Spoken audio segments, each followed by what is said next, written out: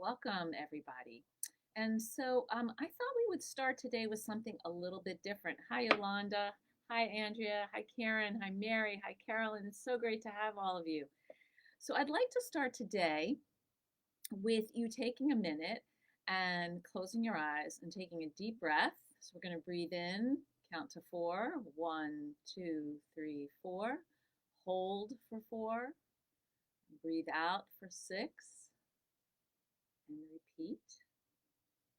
While you're settling into your chair and into our Facebook, I'd like you to think about one of your favorite summer memories. Something you remember from the summer that just makes you smile inside. When you've got that really clear in your mind, please share your memory with us in the chat. Oftentimes we start these Facebook Lives with, an issue or a problem. And today, there's been so much pain in the world in the last couple weeks. I'd like to start off with something joyous, some memory from the summer that you hold on to that is special to you and makes you look forward to the summer just when you think about it. Because in some places, summer has already started. In some places, it's still a little bit winter-like. What is a warm memory you have of the summer? Because that's going to help us come talk about the issue of transitioning to summer and routines. So Maria Elena says going to the beach. Ooh, I'm with you on that one. Heather says houseboating every summer with my family. That sounds fun. Desi says swimming in the neighborhood pool with friends every afternoon. I have a memory of my grandmother. We called her Nanny Gert, and we belonged to the swim club, and we would go to the swim club, and she had these. She would put on her swim cap, which always had like flowers or something, kind of Esther Williams like, and she would get into the pool and she would swim the side stroke down the pool and back the pool. She would do her laps. And we would eat, our French fries and burgers and milkshakes by the pool. I just have such a warm feeling when I think about Nanny Gert swimming in the pool. So let's see. We have Nancy, a warm beach morning seeing dolphins in the ocean. Fabulous. OCMD with my husband and children. I think that's Ocean City, Maryland. I myself went to Long Beach Island in New Jersey because I'm from New Jersey.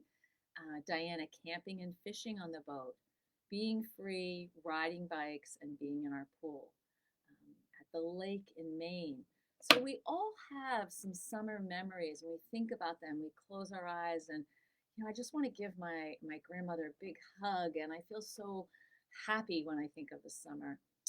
And I can see that that's happening to all of you.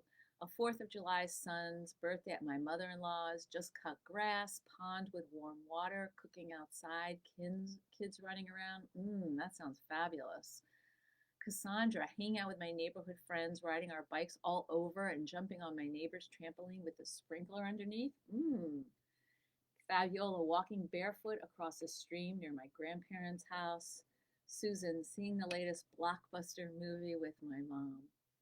So I'm so happy you're sharing these things with me because, what happens with summer is, we all have, big expectations for the summer and things we want to do as adults, we have them, but our kids have them too.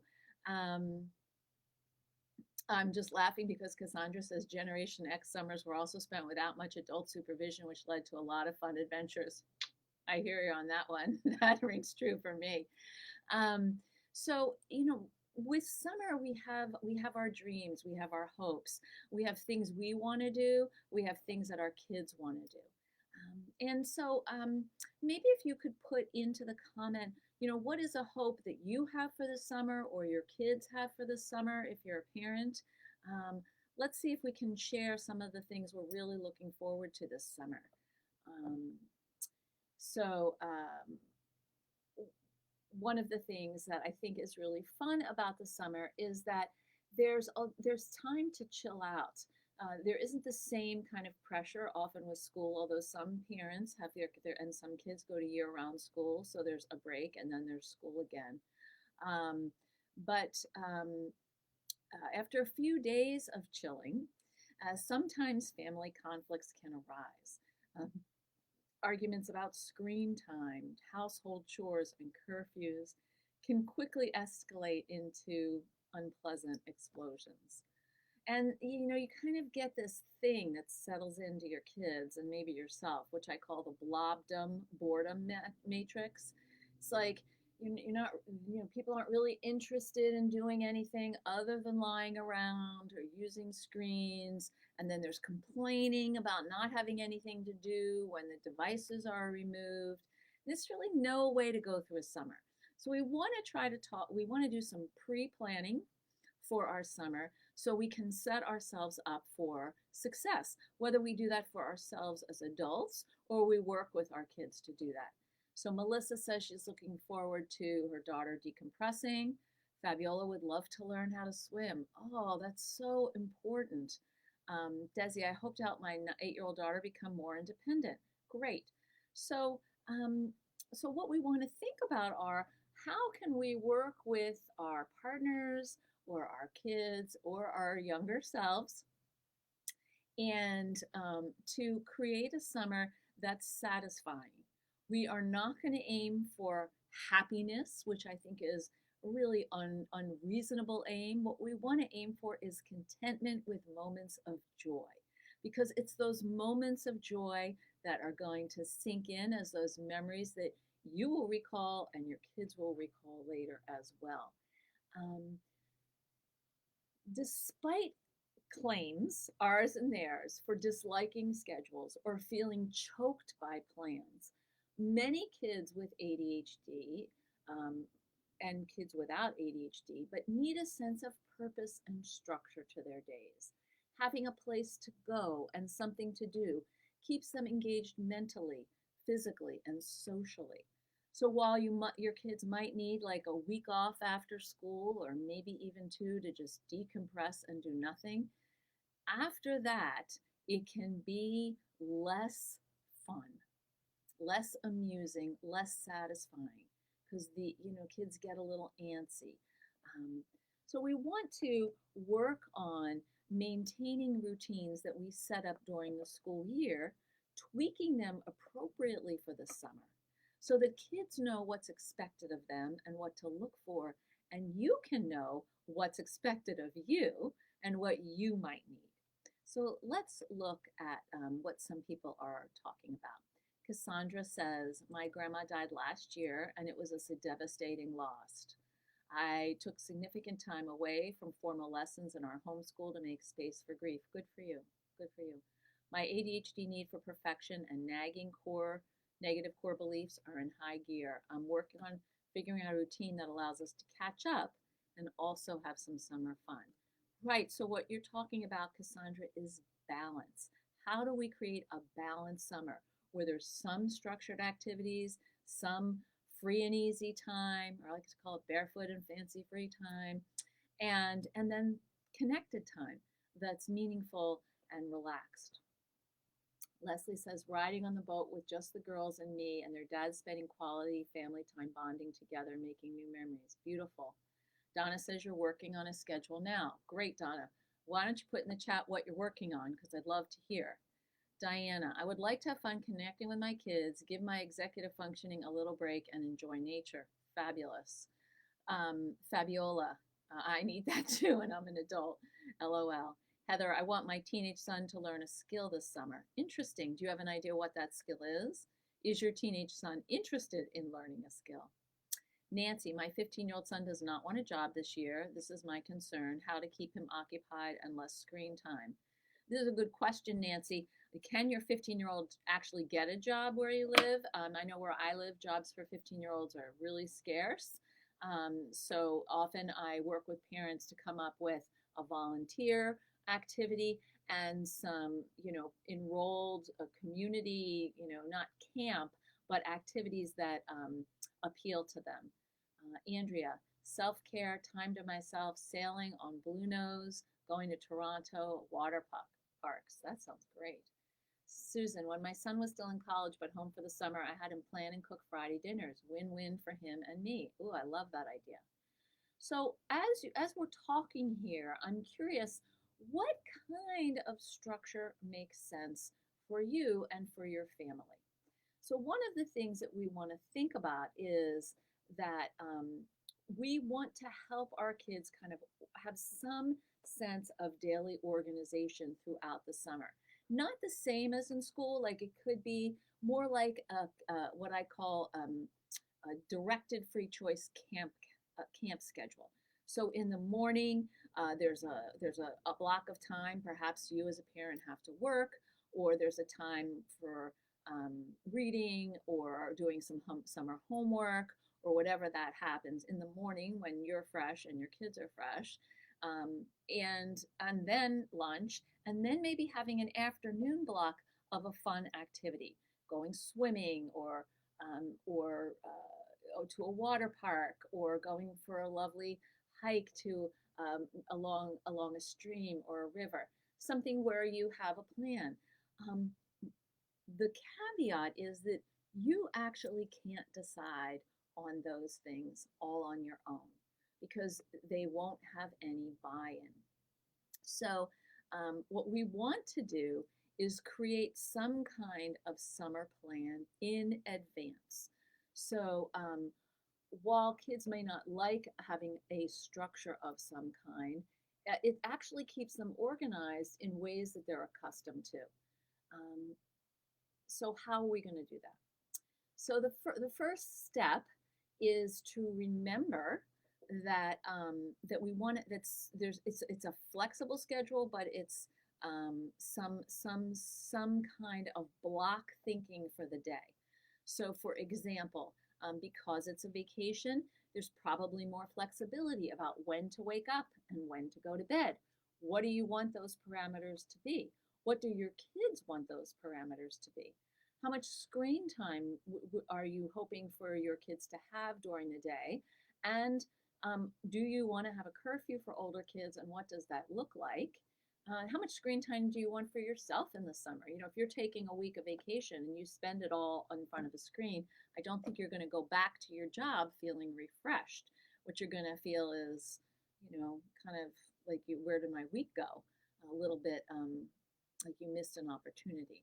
So some kids really benefit from, structured activities that you enroll them in. A couple weeks of, maybe learning how to program or make a computer game. Or I think one year I sent my daughter to a cooking class. It was in the mornings only, and she learned how to like hold knives appropriately and cut, and that was a fun thing. So what we want to do is to think about things that our kids are interested in. There's a camp in my town, which is like rock band camp, and you go for a week, and with other kids you form a band, and then you whatever make music and maybe record it, and then there's a performance at the end. So whether your child goes to a paid activity or plays an organized sport or has play dates that you set up or sleepovers or has a part-time job or likes to shoot hoops at the Y basketball court, there's still some type of schedule for each day that correlates to the one that they're accustomed to from the school year. So let's see, I see some more comments here. So let's see what we've got. Desi, my daughter will be part of a social group one day a week with her mental health group. Fantastic. We also will target new learning skills and keep up with her reading and math skills so she doesn't fall behind. Desi, I don't have ADHD, but work best in the morning. I hope to use that for us to target the learning pieces. That makes a lot of sense, Desi, because in the morning, basically the brain is fresh, and then in the afternoon is a great time to go off somewhere and do something and just hang out and let your mind wander. Heather, I agree. How do we keep them busy doing other things not requiring electronics? Okay, so this is the $9 million question for most people. And I think that the answer is, what do you want? Like, what are your electronic time goals for your kids in the summer? So maybe during the school year they get 2 hours of screen time. Is it reasonable in the summer that they would get 3? And can you divide them up so it's 1 hour here and then 2 hours here, so that you can fill up some gaps, when you might need perhaps to do some work or cook dinner or something like that. Um, what we want to do is to remember that summer is a good time for kids to pursue their interests and non-academic um, talents. So with so much focus on academic achievement, including grades, test scores, and applications for college, for high schoolers, kids really need a mental and emotional break to explore other parts of themselves. So summer can be really good for targeting remedial work, but also pursuing a non-school subject in depth. Um, uh, you know, um, Perhaps there is a school subject they're interested in. They love chemistry. They want to do, some sort of science class that takes them further in their chemistry. That's fine. It's fine to pursue academic interests as long as those are balanced with non-academic interests. So what we want to do is to brainstorm with them what are activities to do when you're not on your screen. And this is where that little bit of structure can help out. So because that means setting up a plan. And a lot of particularly 14-year-olds, I would say eighth graders, this really kind of sinks in eighth and ninth grade. I don't want to do this. I don't want to do that. I just want my summer to be free. And then that means online all the time.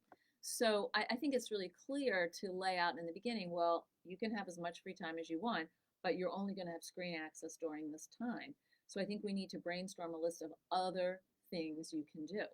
And that can include volunteering, whether it's a religious organization, a homeless shelter, whether it's working for a cause that matters to them. A 15-year-old can absolutely have, a part-time internship where they have to show up and do something. Maybe they decide to volunteer at the local hospital. Maybe they want to, learn how to garden and will volunteer at a farm, or perhaps even paid a nominal amount. Susan says, sign the kids up for library summer reading program. They pick up the books. They picked the books. Harry Potter was popular when my kids were young before the movies came out. Great. Heidi says, we like to keep a similar structure as we have during the school year. Routines and structure are important for my ADHD and ASD boys. I involve my boys in the process by including them in how we structure our days. Absolutely. Bravo, Heidi. My older son, 13, with ADHD and ASD, has started wanting to gain more social skills. Fantastic. This summer for him will be a lot about stepping out of his comfort zone and getting uncomfortable to grow socially. Awesome. Jennifer says, I'm hoping to do a reading challenge.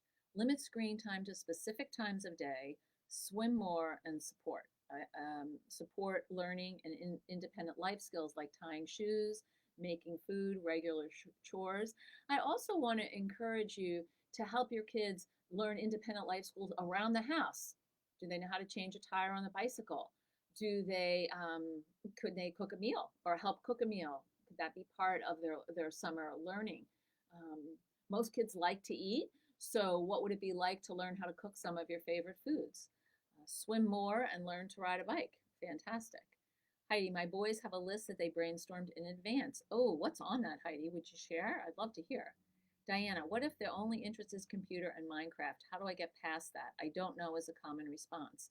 So I think for kids who are super interested in computer and Minecraft, there are actually summer programs for where kids get together and they might build maybe robotics, or they may be engaged in gaming as a group, or learning how to maybe create your own game. So if that's what your child is interested in, what can you find in that subject area? That's my hope. Donna, I'm working on a daily schedule for Monday to Thursday that will include free time and limiting screen time unless otherwise he'd spend all day watching TV on screens. Yeah. Making a choice board to work on occupational therapy stuff within that schedule. That's right. So what's really great about what you're saying, Diana, is that there's some choice, right? So I call this, directed free choice. So you can choose A or you can choose B, but you have to choose A or B, right? And sometimes what happens is we say, okay, what do you want to do with our kids? And they're like, well, I don't know. And you're like, well, how about this? And you suggest something. No. And how about that? You suggest something. What you want to do is sit down and actually have a super big brainstorm about all kinds of choices of things so that when that you can then spread out across the week.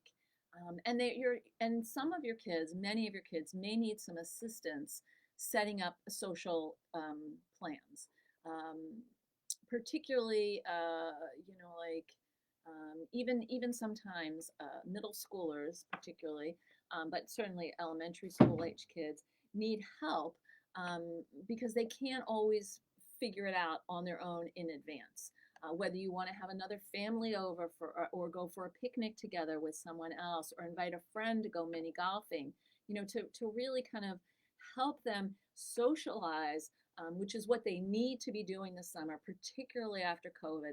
As much socializing and building those skills as possible is very helpful. Cassandra says, I used to not like Minecraft or Roblox until I realized there's a lot of great skills to be learned within those games. My daughter loves Roblox and got really good at building houses. Roblox, people ask her to build for her. I allowed her to start a YouTube channel last year where she gives tutorials on how to build. Fabulous. She's now learning how to improve on her video editing skills and how to create quality content. That's great. And that's probably, an online course or tutorials that she's watching and then she's applying them in a creative way. And that can be a choice for the morning chunk, right? Or for after our afternoon activity to break it up. Corinna, my challenge is I work from home. Yeah. And my ADHD brain struggles with focusing on my production for work and keeping the kids busy. That's a super tall order. So I think it's really hard for you and for any parent who's working from home and supervising kids at the same time. And so in that situation, what I would encourage you to do is, do you know other parents who might work at home as well? Can you make a trade where you're watching the kids for this period of time and they're watching the kids for that period of time so you can each get work done? Perhaps allowing to have you to have a work period and that can be their screen time so they don't need direct supervision in the same way and you can get something done. And maybe seeing if there are family members, extended family members who can help you out. Older aunts or uncles, cousins who could babysit perhaps, or can be a good resource. Diana, my son would love his own YouTube channel, but my husband and I are not there yet. It's amazing the skills they learn. It is really amazing. Corinna, ditto. It's hard to focus on the technical part of work and keep my daughter busy, and we're both ADHD. Right. So I think that in those situations, if you can have project-based activities, so that actually can last long enough for you to do something significant, and maybe you're using the Pomodoro method where you work for 25 minutes, you take a 5-minute break, you do another 25 minutes, and then you take a bigger break. It's this constant juggling. I do encourage you to really try to find some other families or some people who have relatives who have kids around the same age and try to set up something where you can share childcare. So part of what I want to say is that you want to make time for 2 conversations. The first one is the brainstorming conversation. You're going to sit down for a limited amount of talk time about the summer.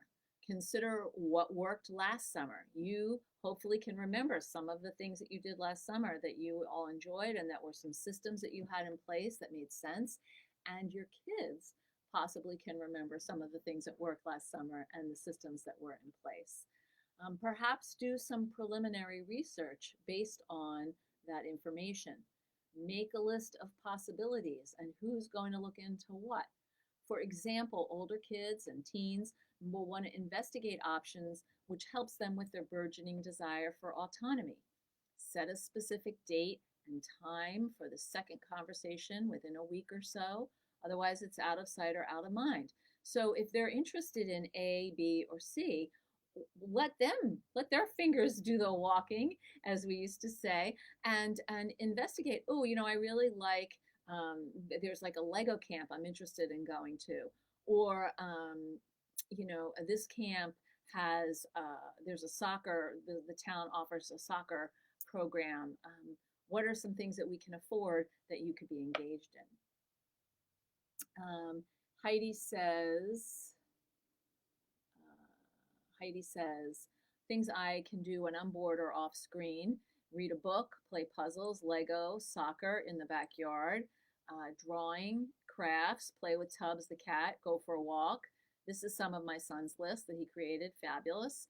When my son is bored on or off screen, we prompt him, what can you do? Then he goes to the list and chooses what activities to do. Puzzles can be really great, as well as other kinds of crafts. I think Cassandra said, we have strict oversight on the YouTube, and she isn't allowed to show her face in her videos or give any identifiers about where she lives or her age. We stay on top of the comments and have many of the built-in safeguards in place that are offered. Fantastic. Corinna, it's definitely a lot of juggling under one roof. Thanks for your suggestions. You're most welcome. So now it's time to have the follow-up conversation. So you're going to come back together with everybody's research. So maybe one of your kids is like, I want to go to the beach more. Okay, great. Why don't you look around, look up, spend on, I'll give you an extra half hour of computer time and you can research beaches near us and see which ones you want and make a list. Perhaps your daughter says, I really want to see a concert this summer. I want to see so and so, and those tickets are $250, so that's not going to happen. You can say, great, well, that's not something we can afford, but there are other free concerts. Why don't you look and see what the free concerts are? Or maybe there's a festival we can go to, which has many people playing at the same time. They come back. You come back together as a group with their research that includes dates and cost and places.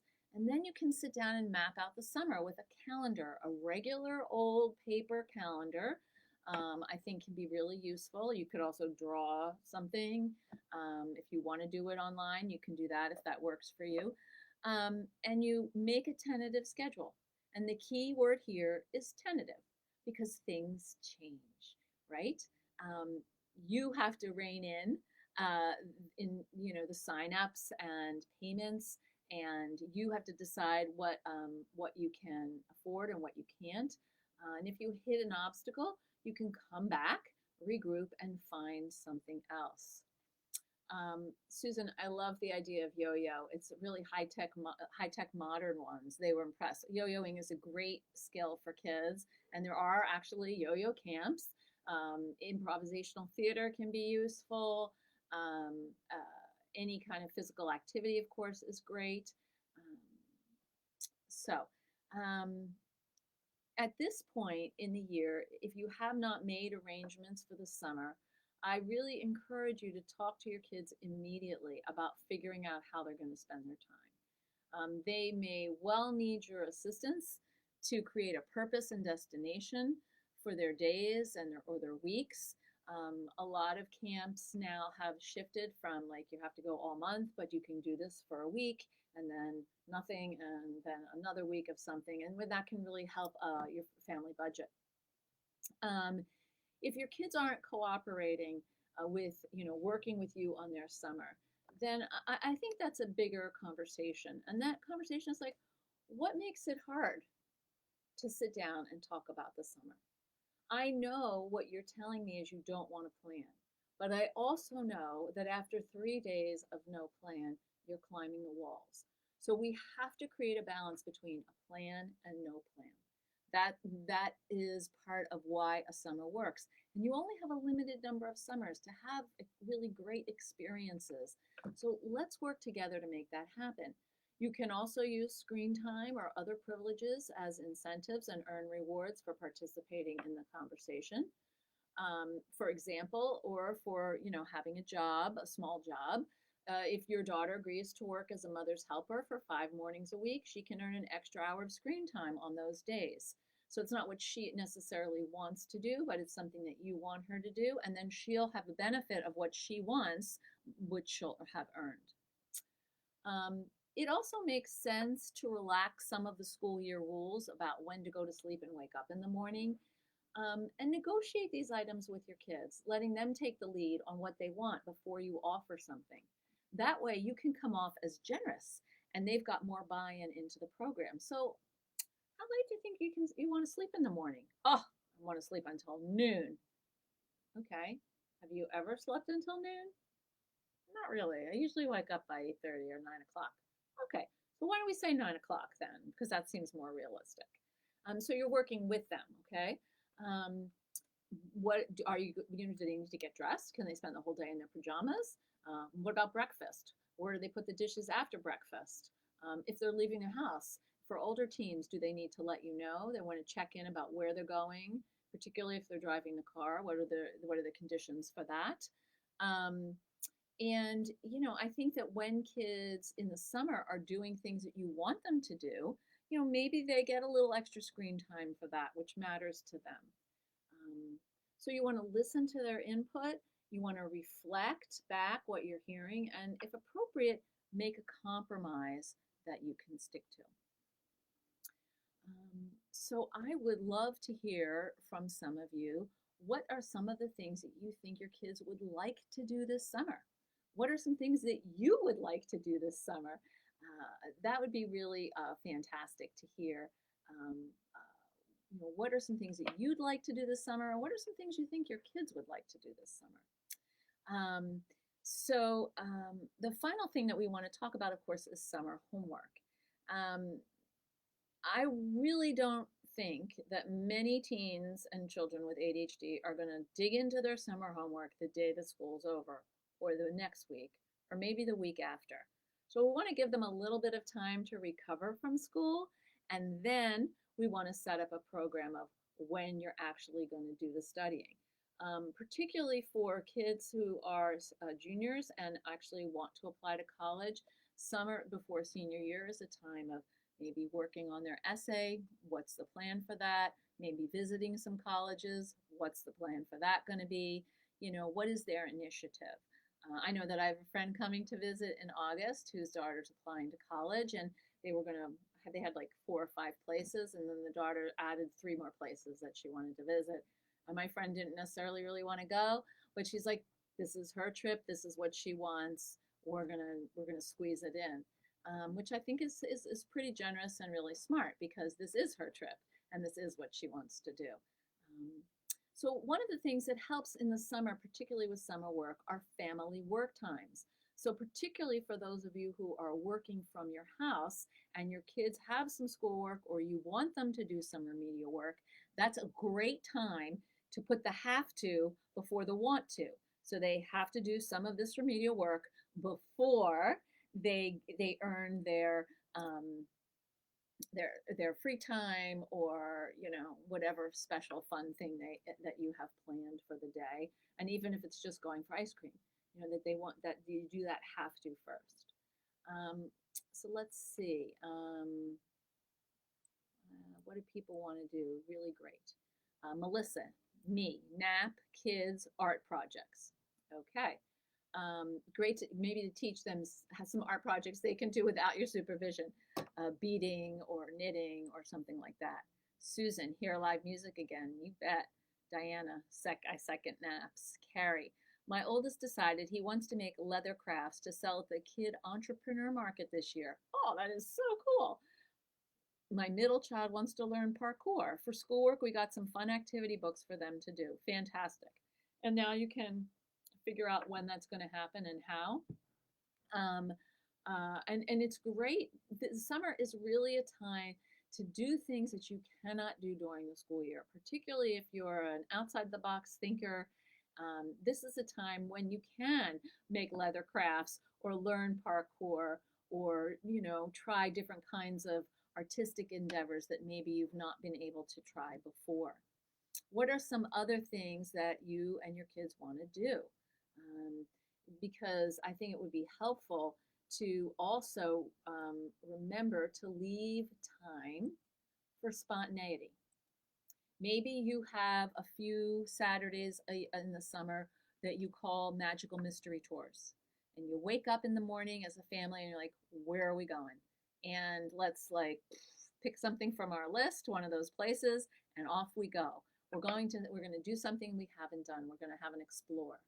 And those can be really fun because they're spontaneous and they're hopefully engaging and amusing. Um, and there's something in it for everyone. Um, Gardening, painting, and decorating a new house. Sounds good, Melissa. Gardening, like cooking, is actually a great activity for kids in terms of teaching independent living skills. Because with gardening, you're learning science while you're actually seeing your lettuce come up. And then you can eat the lettuce, although some kids may not like that, but maybe strawberries or some vegetable that they do enjoy. Fly kites and blow bubbles. I realize this is more for kids, but I'm finding it helpful for myself.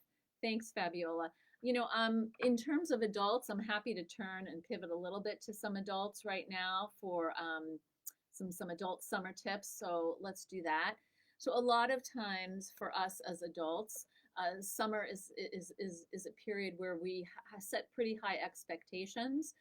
It's when we're going to try to do the things that we can't get to in the rest of the year.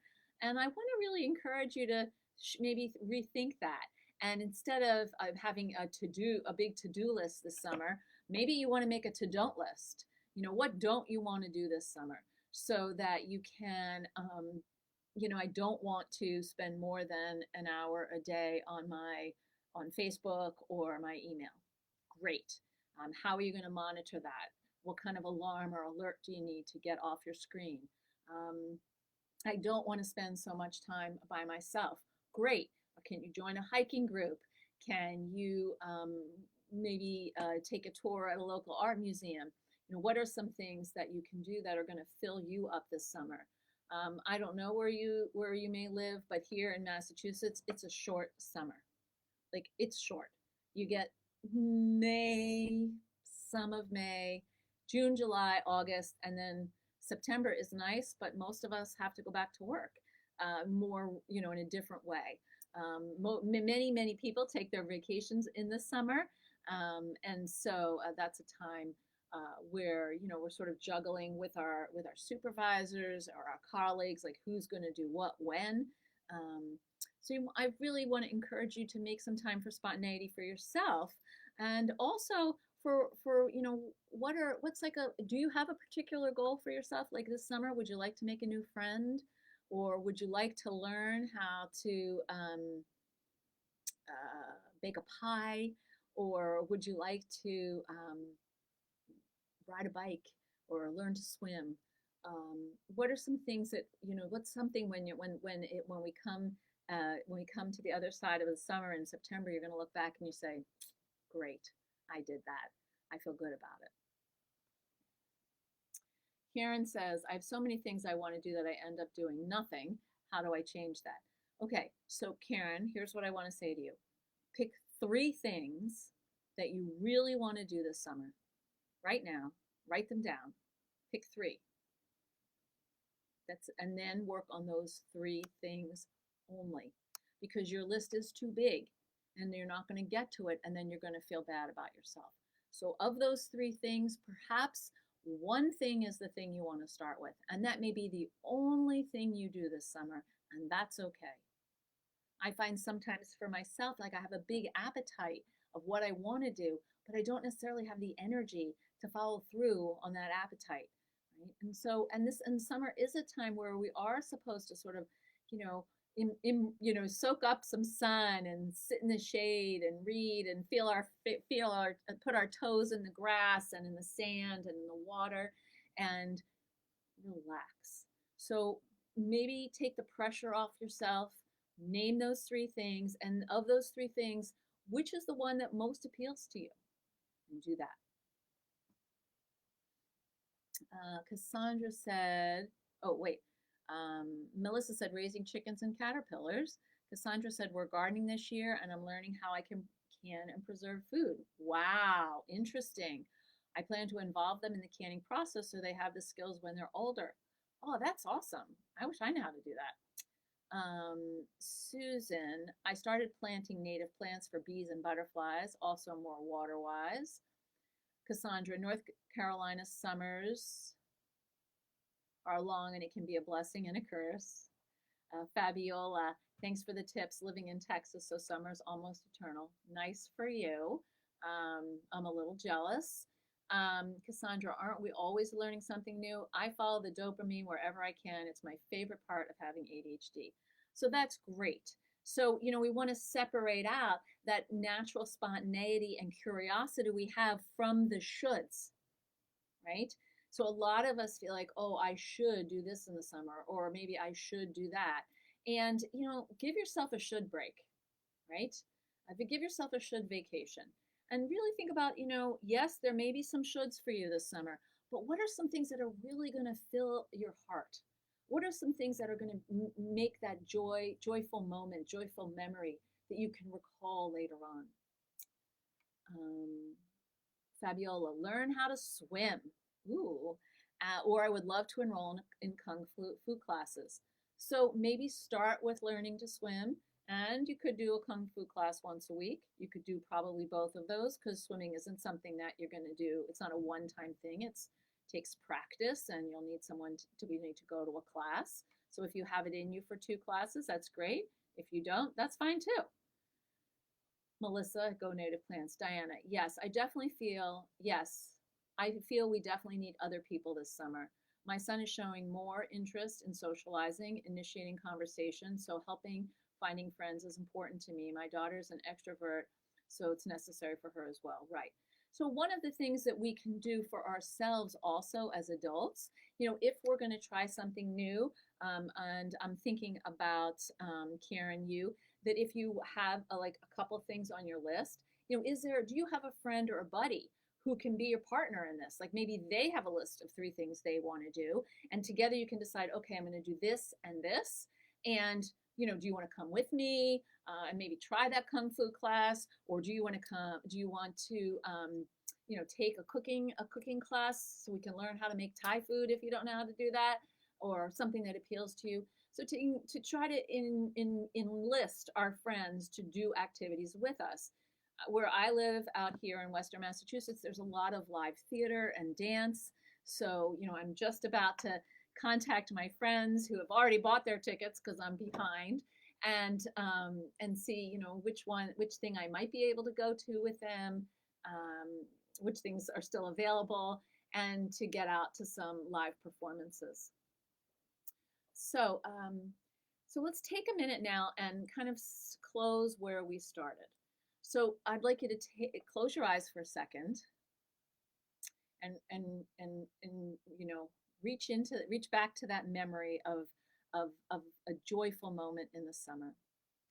And I'd like you to think forward a little bit and look into this summer, and think about what is one thing that you want to get out of this summer. What's a feeling that you want to have when the summer kind of comes to a close and it starts getting a little colder? What's a feeling that you want to have? Because when we can identify that feeling that we want to have as adults, we can move towards it. So for me, I want to feel some peace. It's been a very busy 6 months here, maybe more than 6 months since COVID started.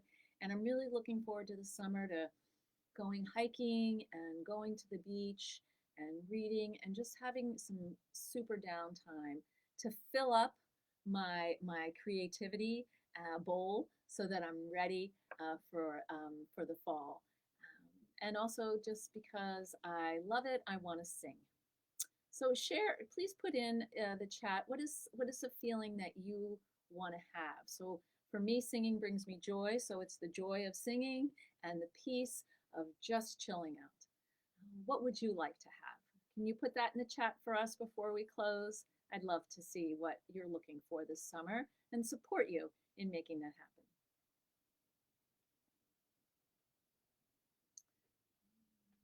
Anybody else want to perhaps feel joy from music, or be in the water? I love being in the water. That's very soothing for me. What are some things that's a feeling that you want to get, like feeling soothed, feeling something? So Carrie, you want family togetherness. Beautiful. Melissa, you'd like to feel settled and safe. I like that. Fabiola, feeling connected with others, with nature. Ooh, right there with you. Um, Anybody else? These are such great, great goals, and they're achievable goals, right? You will have moments of togetherness. You can have times when you feel settled and safe, and hopefully you will feel connected with others and in nature. Um, if you have never read this poem, I would like to share a poem with you by Mary Oliver called The Summer Day. And it is one of my most favorite poems. And I think it's a nice way to end today. So I just want to finish, go back to what people are saying. Get out in nature again, Susan. Cassandra, I want to feel okay with whatever we do. I don't want to feel regret or like it was wasted. Amen. Be in the present, be here now. Diana, I'm an overthinker, so I want peace. I'm an overthinker and happiness. Jennifer, feeling that we did some fun things, learned some, and didn't screen all day. Karen, a feeling of relaxed summer and not guilty with should haves. Rachel, the clear headedness that comes from lots of outdoor time. Oh, I love that. Peacefulness in nature.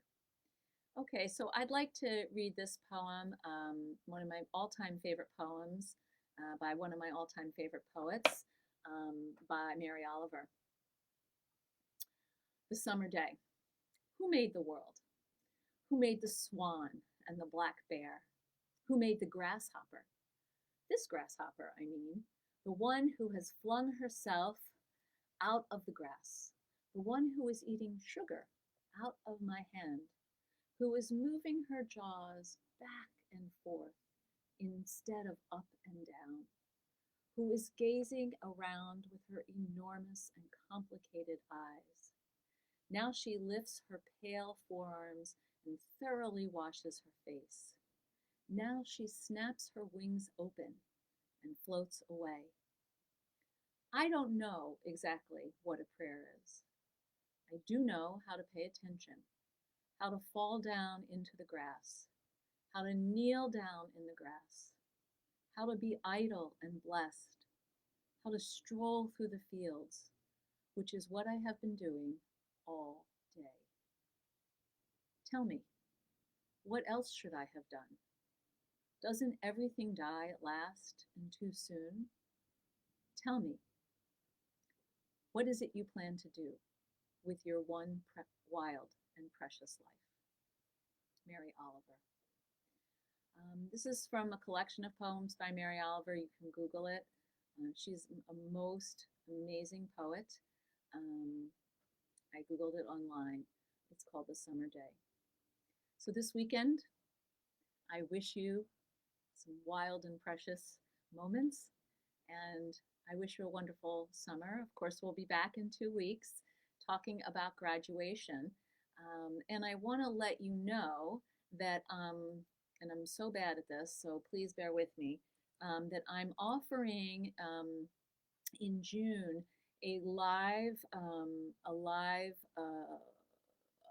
event for college students with ADHD. And so I'm going to put the link up right now for you in the chat. And if you know someone or you have someone who might be headed to college sometime soon, it's this. Okay. And again, her name is Mary Oliver, who is the poet. The Summer Day. My name is Dr. Sharon Saline. Thank you so much for joining me today, and have a beautiful weekend. Bye.